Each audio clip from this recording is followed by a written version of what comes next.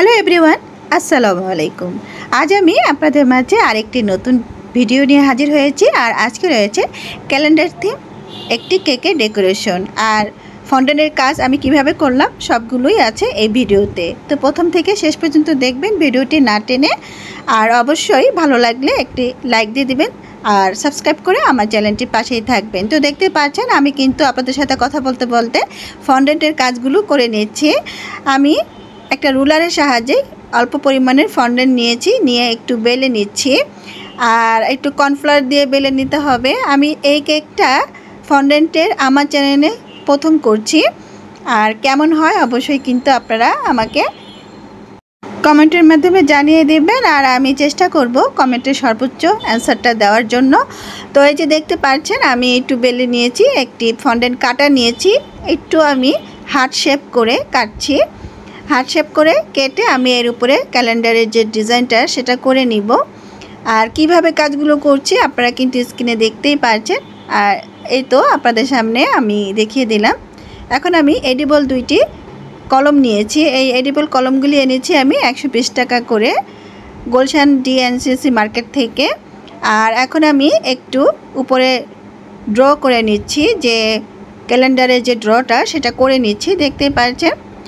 করার পর আমি কিছু আরেকটু ফন্ডেন্ট নিয়ে আমি ফন্ডেন্টটা একটু গোল করে বেলে নিয়েছি আর একটি নজলের সাহায্যে কয়েকটি ফুল তৈরি করে নিচ্ছি। আর ফুলগুলো দেখতে পাচ্ছেন আমি কিন্তু স্ক্রিনের সামনে দেখিয়ে দিচ্ছি।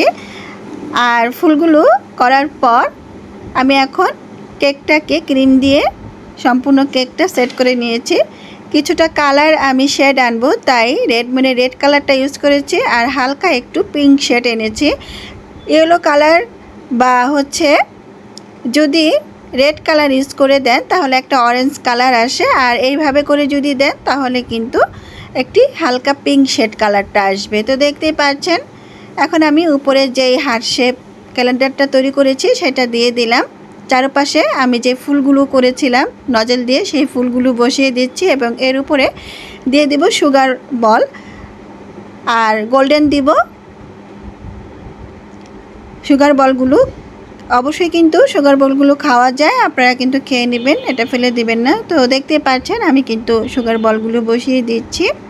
কিভাবে বসাচ্ছি সেটাও কিন্তু আপনারা দেখতে পাচ্ছেন।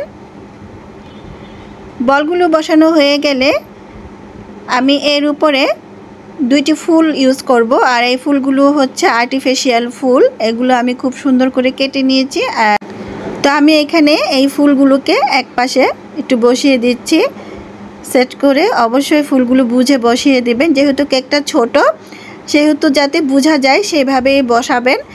আর এই তো চারপাশে আরেকটু গোল্ডেন সুগার দিয়ে আমি একটু কাজ করে নিচ্ছি। আর আমি যে নজলটা দিয়ে ফুলগুলো কেটেছিলাম সেই নজলটা দিয়েই আমি কিছুটা ক্রিমে চারপাশ দিয়ে আমি একটু বর্ডার করে নিচ্ছি।